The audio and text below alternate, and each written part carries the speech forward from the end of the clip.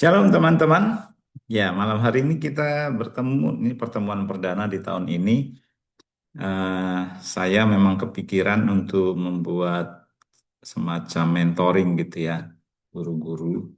Sebenarnya bukan hanya mentoring sih, tapi kita bisa kumpul, bisa berbagi cerita, berbagi kesaksian, saling bagi ide, saling bertanya gitu. Nah, saya rindu membuat ini, makanya tahun ini saya bikin program namanya Mentoring Guru dan Activity gitu ya. Dan malam hari ini pertemuan perdana. Terima kasih buat teman-teman yang sudah bergabung. Eh, saya ingin membawakan malam hari ini adalah bahwa sekolah minggu ini kita sedang menghadapi tantangan besar di masa-masa akhir ini ya. Ada big challenge. Kita memiliki sebuah tantangan, tantangan yang besar. Kebanyakan penelitian hari-hari ini mengindikasikan bahwa paling tidak setengah dari para pelajar akan berpaling dari iman mereka ketika mereka masuk kuliah. Jadi disinyalir atau ditemukan bahwa anak-anak muda Gen Z ini ya, mereka banyak yang mulai meninggalkan gereja, tidak mau beragama, menjadi ateis, memilih menjadi ateis karena mereka berpikir agama hanya bikin ribut, gitu, bikin ribet, gitu ya. Nah, ini tantangan besar kita. Karena mungkin dari sebagian mereka ada yang dulu pernah kita ajar di sekolah minggu.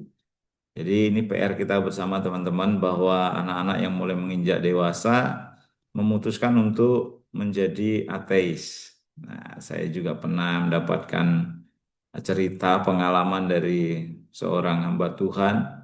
Dia pendeta, dia hamba Tuhan, tapi anaknya memilih untuk menjadi ateis.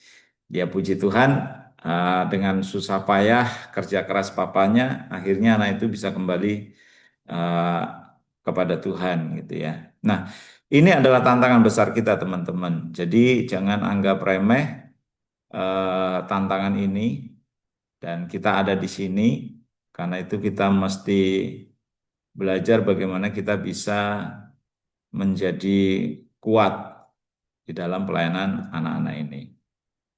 Oke, eh, sekarang kita sudah mengerti tantangan besarnya. Lalu apa solusinya? Solusinya apa nih kira-kira? Tujuan kita adalah untuk membesarkan anak-anak dengan iman yang lebih kuat dengan apa yang kita sebut sebagai iman yang sejati. Jadi kita punya PR menanamkan iman Kristen kepada anak-anak kita sejak mereka kecil. Supaya nanti di masa tuanya mereka itu tidak berpaling dari jalan itu. Seperti yang dikatakan di dalam Amsal 22 ayat 6 gitu ya. Jadi kita punya PR, kita punya tantangan besar. Kita nggak bisa berdiam diri. Kenyataan ini bukti ada. Bahkan selama pandemi ada beberapa teman yang sharing anak-anak mereka hilang. Nggak mau ke gereja, ada yang pindah gereja, ada yang pindah ke agama lain. Nah, mereka kehilangan selama masa pandemi. Dan kalau kita melihat ke gereja-gereja di Eropa, banyak gereja yang tutup karena nggak ada jemaatnya lagi. Generasi tuanya sudah habis, generasi mudanya nggak ada yang mau ke gereja. Ya, gereja berubah fungsi menjadi resto, menjadi bar, jadi hotel, bahkan ada yang jadi tempat ibadah agama lain. Ini fenomena kenyataan yang di depan mata kita perlu kita hadapi bersama-sama. Nah, untuk membangun sebuah pelayanan sekolah minggu yang kuat, diperlukan sebuah eh, dasar yang kuat, paling tidak untuk gurunya dulu ya. Jadi ada tiga value inti kebenaran firman Tuhan yang ingin saya sampaikan malam hari ini buat kita guru-guru sekolah minggu. Yang pertama, kita guru sekolah minggu harus mati tertanam dan berbuah. Ayatnya diambil dari Yohanes 12 ayat 24. Aku berkata kepadamu, sesungguhnya jikalau biji gandum tidak jatuh ke dalam tanah dan mati, ia tetap satu biji saja. Tapi jika ia mati, ia akan menghasilkan banyak buah. Ayat ini ditulis untuk menggambarkan bahwa Yesus harus mati untuk menghasilkan buah yang banyak. Dan ini bisa kita ambil juga value-nya untuk kita, nilainya untuk kita. Kalau kita melayani dalam sebuah pelayanan, nah, terutama kita karena melayani di bidang pelayanan anak di sekolah minggu, kita harus mati tertanam di situ. Bayangin kalau sebuah pohon ditanam di pot A hari ini, besok dicabut pindah ke pot B, besoknya dicabut lagi pindah ke pot C, besoknya dipindah lagi ke tanah. Kira-kira apa pohon itu akan hidup? Yang ada pohon itu bisa mati. Atau kalau sekalipun bisa bertahan hidup, dia menjadi kerdil. Karena akarnya nggak kuat. Dia nggak bisa bertumbuh. Jadi teman-teman kalau kita mau melayani di sini, maka kita harus mati tertanam di sini. Banyak orang nggak menyadari, bahkan pemimpin jemaat nggak menyadari, guru-guru nggak menyadari prinsip ini, bahwa kita harus mati tertanam dalam pelayanan ini. Termasuk gerejanya harus benar-benar sungguh-sungguh di dalam melayani anak-anak. Banyak yang berpikir bahwa sekolah minggu hanya menjadi tempat penitipan anak supaya tidak mengganggu orang tua. Padahal sekolah minggu adalah tempat di mana anak bisa berjumpa dengan Yesus. Itu tempat ibadah, bukan tempat penitipan anak. Jadi bagaimana kita meng-create pelayanan ini benar-benar supaya anak-anak mengenal Yesus, menerima Yesus, imannya jadi kuat di situ. Sehingga tantangan zaman ini tidak membuat mereka berpaling dari Tuhan Yesus dan memilih untuk menjadi ateis. Kita tidak akan berbuah dalam pelayanan kita sebagai guru sekolah minggu ketika kita tidak tertanam dalam pelayanan ini. Seorang guru sekolah minggu nggak mungkin dapat memiliki atau menciptakan ide kreatif, kepedulian mengembangkan pelayanan anak jika hatinya dan hidupnya tidak mati dan tertanam dalam pelayanan anak ini. Kalau nggak tertanam dan mati, maka akan busuk dan bau. Ya, ada guru-guru yang hari ini datang, minggu ini datang, 4 minggu nggak datang, udah datang lagi, gitu ya. Dijadwalin nggak datang, nggak dijadwalin marah, ya dia bilang saya udah nggak dianggap, nggak pernah dijadwalin lagi, tapi dijadwalin nggak datang. Ada aja alasannya. Yang repot siapa? Ketua sekolah minggunya. Ketua sekolah minggunya jadi stres. Ada guru-guru yang seperti itu. Nah, itu yang saya bilang mereka kalau nggak tertanam jadi busuk dan bau, bikin ribet, bikin rusak pelayanan. Ya, padahal kalau kita melayani anak, anak itu butuh guru yang ready dan present, artinya selalu siap dan selalu ada, gitu. Selalu siap dan selalu ada. Jadi jangan menganggap bahwa pelayanan itu hanya sebuah tugas atau saya sering menyebutnya sebagai piket. Ada sebuah gereja yang dulu sempat pernah saya mentoring, itu mereka selalu bilang kekurangan guru. Waktu saya kumpulin gurunya ada berapa? 40, banyak. Loh, gurunya banyak. Kenapa kalau ngeluh setiap minggu kekurangan guru? Iya Kak, karena mereka kalau nggak pelayanan nggak datang. Wah, kalau nggak pelayanan nggak datang. Kalau nggak dijadwal nggak datang. Berarti mereka hanya piket, bukan melayani. Karena cuma pas piket aja dia datang. Sama, nggak ada bedanya sama guru piket di sekolah. Kalau kita mau sungguh melayani, kita mau mati tertanam, maka tugas nggak tugas, kita punya kesempatan untuk datang. Datanglah karena guru butuh pendamping. Bayangin kalau gurunya muridnya di kelas ada 10, dia cuma sendirian ngajar. Belum kalau anaknya itu lari-larian, belum kalau anaknya yang aktif dan sebagainya. Dia butuh pendamping. Jadi kalau kita nggak tugas, datanglah. Tetap melayani, menjaga anak-anak, nemenin guru yang ngajar. Ya, supaya pelayanan lebih baik. Value yang kedua adalah extra mile, berjalan lebih dari sekedar rata-rata. Matius 5 ayat 41 berkata, dan siapapun yang memaksa engkau berjalan sejauh 1 mil, berjalanlah bersama dia sejauh 2 mil. Tuhan memberikan standar lebih dari standar dunia. Waktu itu kalau ini ayat ini tercipta, latar belakangnya kalau bangsa Romawi, tentara Romawi yang bagian perbekalan itu bawa barang banyak gitu ya. Lalu dia capek, lalu dia lihat orang-orang di situ, di wilayah jajahannya, dipaksa suruh bawain. Secara nggak langsung dia harus bawa 1 mil. Itu hukum tidak tertulis. Tapi Yesus kasih standar beda. Kalau disuruh jalan 1 mil, kamu jalan 2 mil. Ya, jadi standarnya Yesus itu lebih dari standar dunia. Ekstramil adalah melakukan suatu kegiatan lebih dari apa yang menjadi tanggung jawab saya. Lebih dari sekedar tanggung jawab. Tanggung jawabnya apa? Tugasnya apa? Membawa firman. Jangan datang pas mau bawa firman aja. Atau jangan datang terlambat. Oh kan saya bawa firman, nanti masih pujian. Gitu. Atau tugasnya mimpin pujian. Habis mimpin pujian kabur. Kenapa? Udah selesai tugasnya. Jangan, itu enggak ekstra mile. Kalau kita mau meneladani Yesus, kalau kita enggak tugas, tetap datang, bantu pelayanan di situ. Kalau kita bawa firman, kita datang dari awal juga, ikut doa persiapan, membantu kalau mungkin ada ruangan yang belum rapi, dirapikan, dibersihkan, gitu. Itu baru namanya extra mile. Ribka ini salah satu contoh orang yang extraordinary, ya, orang yang extra mile. Dia cuma diminta sama Eliezer, pembantunya Abraham, minum.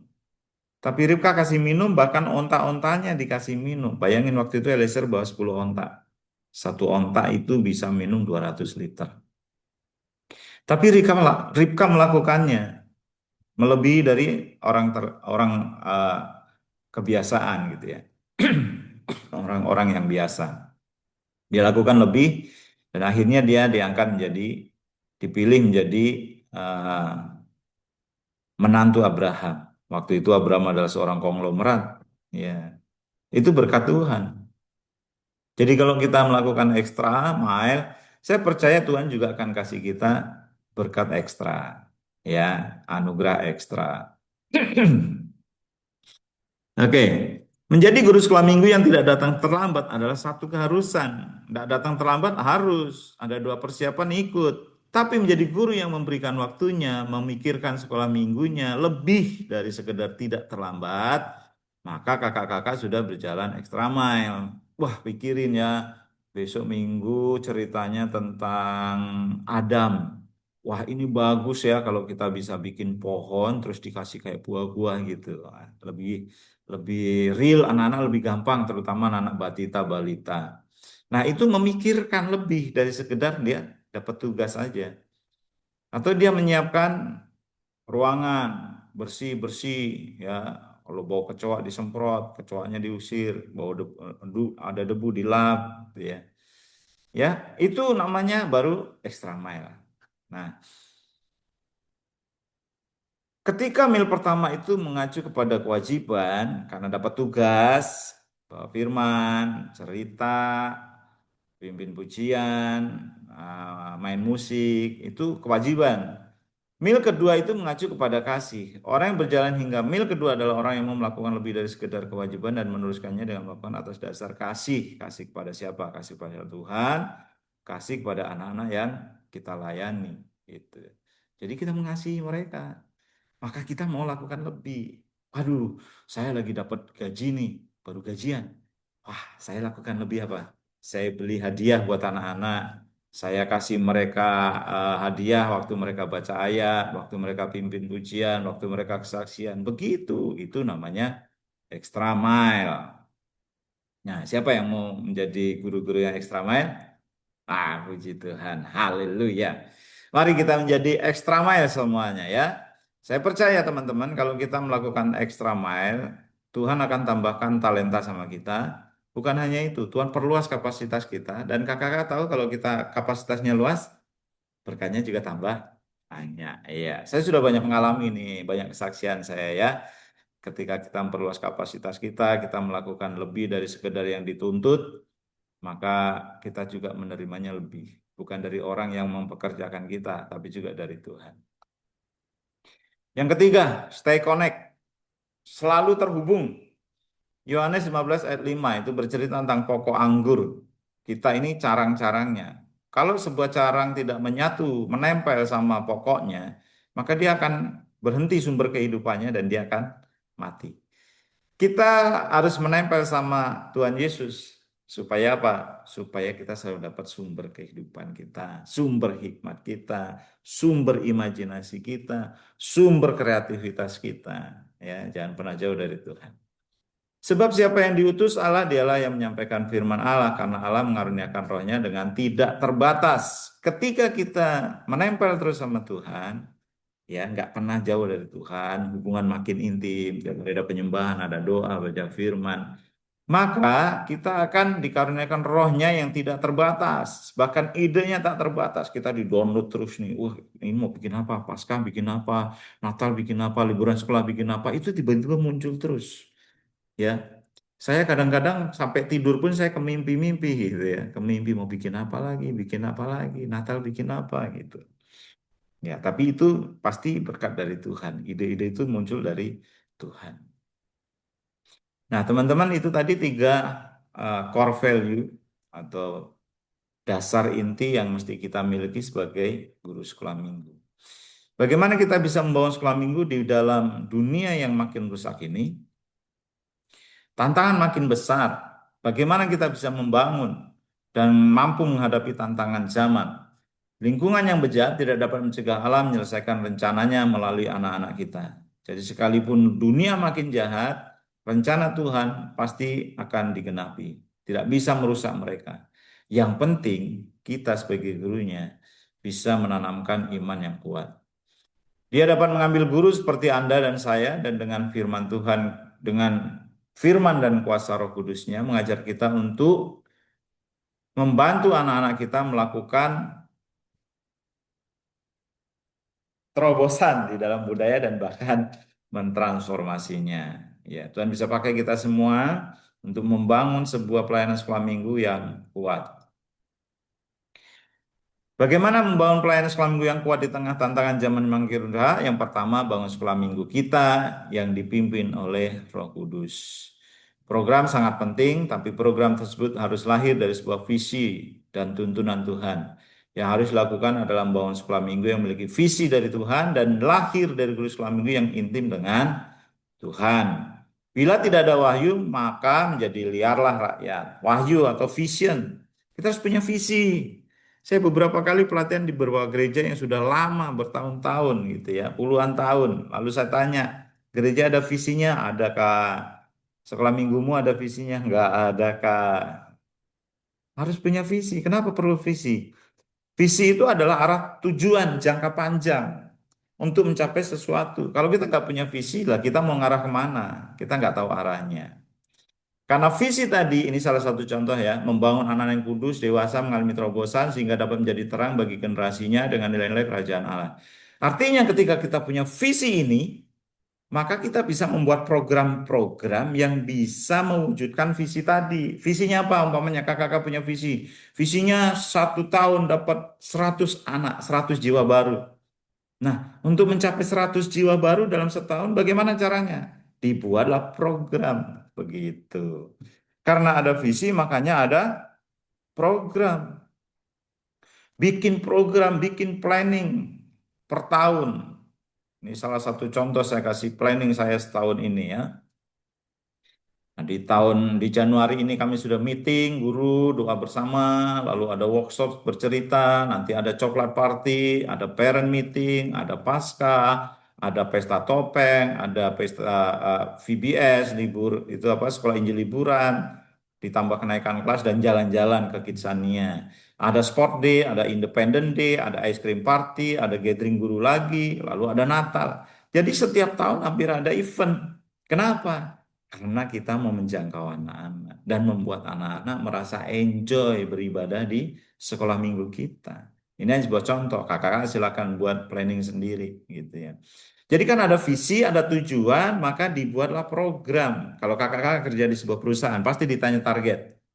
Target tahun ini penjualan berapa? 1M, Pak. Ya, untuk mencapai 1M kau buat apa? Saya bikin promosi, Pak. Selain promosi apa lagi? Nah, gitu. Promosinya lewat apa? Media sosial apa lagi? TV, radio, dan seterusnya. Ya. Jadi kalau kita punya visi, program kita disusun untuk mencapai visi tadi. Nah, kalau nggak punya visi, ya udah ngalir aja Kak. Ya nggak gitu juga. Ya nanti kita nggak tahu apakah tujuan kita sudah tercapai atau belum. Karena kita nggak punya tujuan, nggak punya visi. Ya, jadi milikilah visi. Ini salah satu contohnya juga untuk membangun visi tadi supaya anak-anak datang kepada Tuhan. Dipersiapkan juga rewardnya setiap minggu. Ada reward mingguan kalau datang, 1 kupon. Ada supercut. Supercut ini untuk anak yang melayani, yang mimpin pujian, yang singer, yang main musik, yang nyambut anak-anak itu dikasih kupon. Nah, supercut ini harganya sama dengan 5 kupon biasa. Ya. Lalu ada supercut gold. Nah, gold ini untuk anak-anak yang bawa jiwa. Jiwa baru dikasih, anak yang bawa jiwa juga dikasih. Nah, kalau mereka rajin bawa jiwa, waduh, super goldnya banyak. Kalau super goldnya banyak, kuponnya banyak. Nanti pas Desember akhir tahun, bazar, dia bisa belanja banyak karena duitnya banyak, kuponnya banyak, bisa buat belanja gitu ya. Ini salah satu program atau planning yang bisa kita create untuk menggapai visi tadi. Yang kedua, bangun sekolah minggu yang memiliki kualitas guru yang baik. Ya, harus punya guru juga yang punya kualitas. Guru sekolah minggu yang lahir baru dan memiliki komitmen dalam melayani. Kalau guru-guru nggak punya komitmen, waduh, susah berat. Dimulai dulu ketua ketua sekolah minggunya komitmen, nular nanti ke wakil-wakilnya, nular nanti ke bagian-bagian apa seksi-seksinya. Guru sekolah minggu yang mau berkorban bagi domba-dombanya, bukan sekedar guru yang hanya melaksanakan tugas saja. Wah, aku mau tugas, tapi tolong dong disiapin ini dan itunya. Wah, itu tidak baik ya. Mari kita bekerja dengan sungguh-sungguh karena kita punya beban, kita punya kasih. Guru sekolah minggu yang berani berjalan lebih dari sekedar tanggung jawab yang seharusnya dia lakukan. Jadi punya guru-guru yang kompeten, guru-guru yang kuat, guru-guru yang punya hati, guru-guru yang mau mati tertanam. Apa yang dilakukan guru sekolah minggu? Di sekolah minggu kita nggak ada Kak. Kenapa? Karena semua udah disiapin sama full timer. Dia tinggal ngajar. Waduh, enak sekali. Ya walaupun gitu jangan begitu ya. Kalau kita punya ide sendiri, kerjakan ide itu. Jadi lebih menarik. Ya, lakukan dengan sungguh-sungguh. Yang ketiga, bangun sekolah minggu yang membagikan nilai kerajaan Allah di kehidupan anak-anak. Nah, kalau tadi gurunya sudah oke, visinya udah oke, sekarang apa yang diperlukan? Pengajarannya. Apa yang mau diberikan menunya kepada anak-anak ini? Bahan pengajaran harus yang relevan dengan generasi saat ini. Sehingga firman Tuhan akan menjadi hidup dalam kehidupan murid-murid yang akan diajar ya. Boleh sih pakai suara sekolah minggu, sulu sekolah minggu, itu buku-buku zaman dulu, zaman saya sekolah minggu. Sekarang masih mau dipakai ya silakan. Tapi kalau bisa direlevankan dengan kondisi anak-anak zaman sekarang. Kalau dulu nggak ada alat peraganya, dibuat alat peraganya pakai PowerPoint. Kalau gerejanya sudah mampu beli multimedia, beli TV, beli komputer, beli apa itu LCD gitu, beli di ruang-ruang kelas dipasang. Anak-anak udah terbiasa dengan multimedia di HP-nya yang bagus gitu ya. Kalau kita masih gambar hitam putih, papan tulis itu kayaknya sudah nggak menarik buat mereka. Ya kebetulan ini ada buku-buku ini dulu kami pakai ini dari bahasa Inggris diterjemahkan gitu ya. Oh ini bagus, materinya bagus. Saya juga punya materi-materi yang saya bikin sendiri PowerPoint itu selama 3 tahun sudah tersusunnya. 3 tahun. Lalu tahun ini karena gereja kami punya visi anak dan orang tua harus sama, jadi pengajarannya orang tua kita adopsi untuk anak-anak juga. Disesuaikan temanya buah-buah roh. Ya udah anak-anak juga ngikut buah-buah roh. Tujuannya apa sih? Supaya kalau di rumah ada mesbah keluarga, mama papanya sharing tentang pengajaran di gereja tadi, oh papa mama tadi ngomongin tentang kasih. Oh sama, saya di sekolah minggu juga tadi diajarnya tentang kasih. Nah, mereka bisa saling berbagi cerita gitu ya, lebih nyambung gitu. Ya, jadi tahun ini kami menyesuaikan dengan pengajaran di umum. Itu. Kalau kakak-kakak bisa bikin kurikulum sendiri, bikin yang sesuai dengan kebutuhan anak di sekolah minggunya. Kemudian bangun sekolah minggu yang membangun ikatan penuh dengan anak. Bangun komunitas-komunitas kecil, komsel-komsel anak. Kalau nggak bisa komsel di rumah, komsel gereja. Caranya gimana? Kakak-kakak punya waktu cerita umpamanya 30 menit, cerita 15 menit. Lalu 15 menitnya buat ngumpul sama anak-anak. Kenapa sih? Waktu di komunitas besar itu anak-anak nggak bisa curhat. Tapi kalau cuma anggotanya 5, 6, mereka bisa curhat. sehingga mereka bisa lepas dari tekanannya, bisa buang sampah-sampahnya yang kita bisa tampung, kita bisa kasih nasihat, kita bisa kasih pengarahan. Pasti teman-teman pernah dengar ketika pandemi dimulai, ada remaja yang bunuh diri, bahkan anak Tuhan, remaja bunuh diri gitu ya. Kenapa? Isinya pesan sebelum meninggal apa? Mereka tertekan, nggak punya tempat untuk cerita. Nah, akan bagus sekali kalau teman-teman, kakak-kakak punya kedekatan dengan anak-anak, bisa membangun relasi yang lebih dekat lagi, bisa lebih empati, karena mereka sedang menghadapi bullying, menghadapi luka batin, mengalami kebencian, apalagi yang sudah remaja mulai pacaran, ya kesepian. Nah, itu tugas kita. Ketika kita bangun komunitas kecil, hubungan kita makin dekat, itu anak-anak bisa curhat. Dan kalau mereka bisa curhat dan menemukan guru yang memberikan kehangatan, saya menyebutnya sebagai heart warmer gitu ya, menghangatkan hatinya. Itu anak-anak akan mengingat sampai kapanpun. Dulu kalau nggak ada kakak ini mungkin saya udah rusak. Nah, suatu saat kita baru bisa mendengar kesaksiannya. Jadi bangun kedekatan dengan mereka. Kalau nggak bisa online, nggak bisa onsite, online. Kalau nggak bisa di hari biasa, hari Minggu sebentar gitu ya. Yang penting bangunlah kedekatan dengan Komsel ini, komunitas kecil ini. Yang terakhir, bangun sekolah minggu memiliki fasilitas yang memadai. Jadi kalau sekolah minggunya udah punya duit, bikinlah fasilitas. Bilang sama gembalanya, Pak, kami butuh ruangan. Pak, saya butuh ini. Ini salah satu contoh ruangan kami untuk kelas batita. Ya, dikasih wallpaper yang lucu gitu ya. Lalu bawahnya pakai Evamet supaya kalau anak-anak batita ini jatuh, nggak benjol, nggak luka gitu ya. Itu salah satu contoh. Saya pernah ketemu satu gereja, ruang sekolah minggunya, ampun deh, ruang umumnya AC dingin, ruang sekolah minggunya di ruangan yang panas, bahkan atapnya udah mulai bocor gitu ya.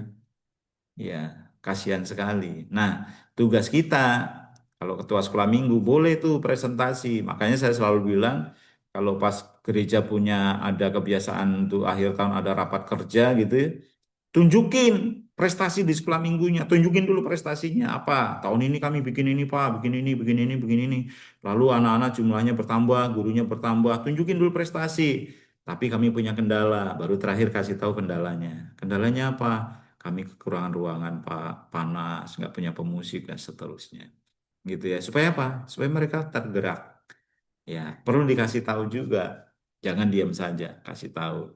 Supaya sekolah minggu itu benar-benar membuat anak-anak nyaman. Nyaman untuk menyembah Tuhan, nyaman memuji Tuhan, nyaman belajar firman Tuhan. Sehingga iman mereka bisa terbangun dengan baik. Ya. Dan kalau iman dia terbangun dengan baik dari kecil, kuat, ya tadi tantangan tadi nggak ada artinya.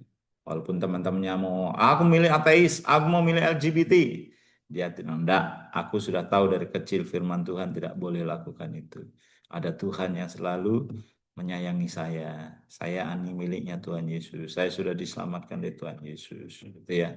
Jadi bisa menghalau segala godaan, bisa menghalau tantangan di dunia yang makin rusak ini. Ya. Jadi itu teman-teman yang bisa saya sampaikan malam hari ini tentang bagaimana membangun pelayanan anak di tengah dunia yang makin rusak ini. Ya, miliki tiga core value tadi dan mari kita siapkan diri kita untuk membangun sekolah minggu kita. Dimulai dari guru sekolah minggunya ya, lembaga sekolah minggunya yang punya visi, guru sekolah minggunya yang kuat, punya motivasi yang benar gitu ya. Nanti tentang motivasi dan visi lebih lengkap akan saya bahas minggu depan tentang panggilan guru sekolah minggu. Ya, lalu miliki apalagi kurikulum yang bagus, lalu miliki fasilitas yang bagus supaya anak-anak eh, apa ruangan tempat kita ibadah, tempat kita melayani anak-anak itu seperti tanah yang subur. Nah, anak-anak itu benihnya. Jadi benih nggak akan bertumbuh kalau tanahnya nggak mendukung, ya atmosfernya nggak mendukung. Jadi mari kita siapkan dengan sungguh-sungguh. Ya, saya berharap ini bisa menjadi berkat, mengingatkan kita kembali supaya kita menjadi guru-guru yang kuat di tengah tantangan zaman untuk membangun sekolah minggu yang kuat juga, yang menanamkan benih iman yang kuat kepada anak-anak sehingga mereka tidak tergoda untuk menjadi ateis, tidak tergoda untuk meninggalkan Tuhan di masa mereka sudah besar nanti. Haleluya. Tuhan Yesus memberkati. Silakan teman-teman yang mau komen, teman-teman yang mau bertanya atau sharing, ya boleh ya. Silakan. Oh ya, jangan lupa minggu depan kita ketemu lagi di waktu dan jam yang sama setiap hari Rabu jam 7 malam waktu Indonesia Barat. Ya, kita ngumpul-ngumpul, kita ngobrol-ngobrol tentang pelayanan anak. Tuhan Yesus memberkati. Shalom.